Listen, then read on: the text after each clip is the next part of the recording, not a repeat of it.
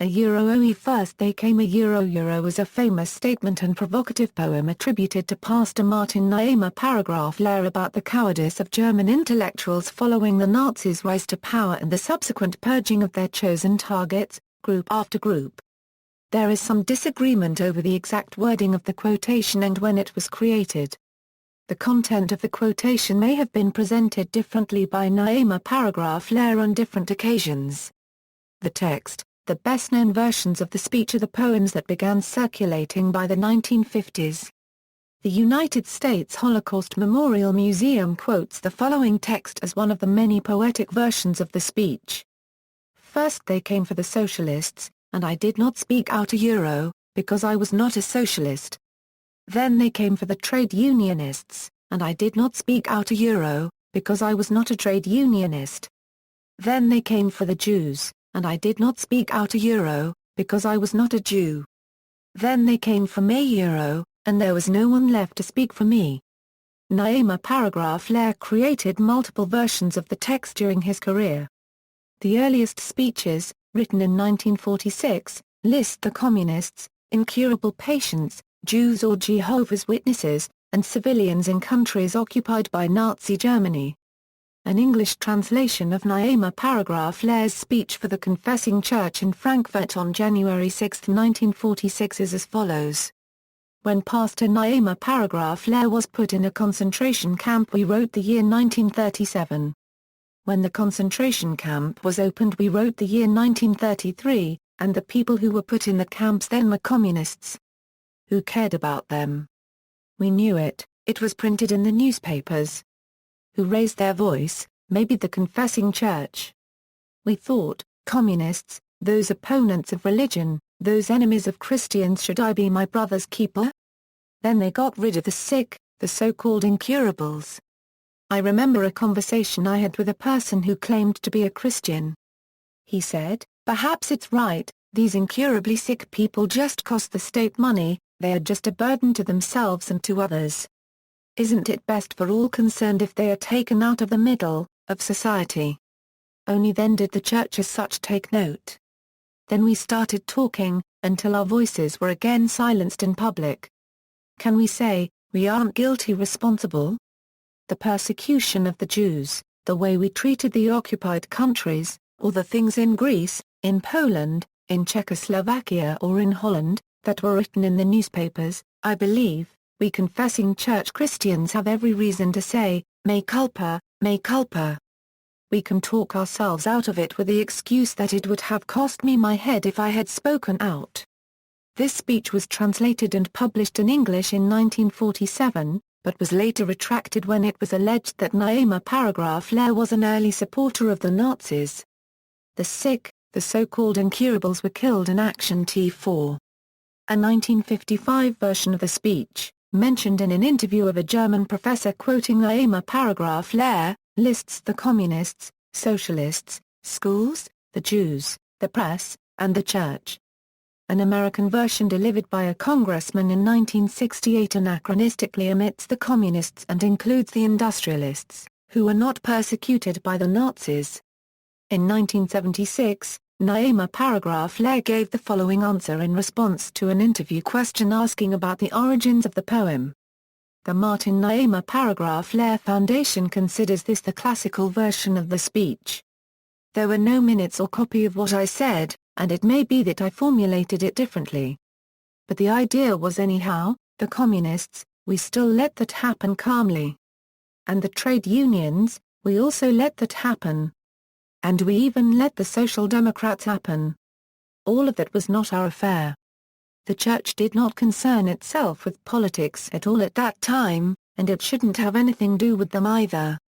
In the Confessing Church we didn't want to represent any political resistance per se, but we wanted to determine for the church that that was not right, and that it should not become right in the church. That's why already in '33, when we created the Pastors' Emergency Federation, we put as the fourth point in the founding charter, if an offensive is made against ministers and they are simply ousted as ministers, because they are of Jewish lineage or something like that, then we can only say as a church, no. And that was then the fourth point in the obligation, and that was probably the first anti-Semitic pronouncement coming from the Protestant Church. Author, Martin Niemöller. Paragraph Lehrer was a German pastor and theologian born in Lippstadt, Germany, in 1892. Niemöller. Paragraph Lehrer was an anti-communist and supported Adolf Hitler's rise to power at first. But when Hitler insisted on the supremacy of the state over religion, Niemöller. Paragraph Lehrer became disillusioned. He became the leader of a group of German clergymen opposed to Hitler.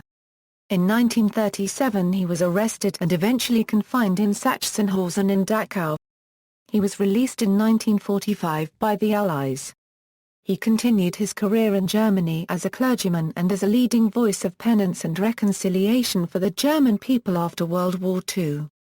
His statement, sometimes presented as a poem, is well known, frequently quoted, and is a popular model for describing the dangers of political apathy. Origin: the statement was published in a 1955 book by Milton Mayer, They Thought They Were Free, based on interviews he had conducted in Germany several years earlier. The quotation was circulated by civil rights activists and educators in the United States in the late 1950s. Some research traces the text to several speeches given by Niemöller. Paragraph Lehrer in 1946. Nonetheless, the wording remains controversial, both in terms of its provenance, and the substance and order of the groups that are mentioned in its many versions. While Niemöller. Paragraph Lehrer's published 1946 speeches mention communists, the incurably ill, Jews or Jehovah's Witnesses, and people in occupied countries, the 1955 text, a paraphrase by a German professor in an interview, lists communists, socialists, the schools, the press, the Jews, and so on, and ends with the church. Based on the explanation given by Niemöller. Paragraph Lehrer himself in 1976, this refers to the German Protestant Church, and not to the German Catholic Church. However, as claimed by Richard John Neuhaus in the November 2001 issue of First Things, when asked in 1971 about the correct version of the quote, Niemöller. Paragraph Lehrer said he was not quite sure when he had said the famous words, but, if people insist upon citing them, he preferred a version that listed the communists, the trade unionists, the Jews, and me. However, historian Harold Marcuse could not verify that interview. Rather, he found a 1976 interview in which Niemöller. Paragraph Lehrer referred to a 1974 discussion with the General Bishop of the Lutheran Church of Slovakia. Usages. At the United States Holocaust Memorial Museum in Washington, D.C., the quotation is on display in a variation that substitutes socialists for communists. The Holocaust Museum website has a discussion of the history of the quotation.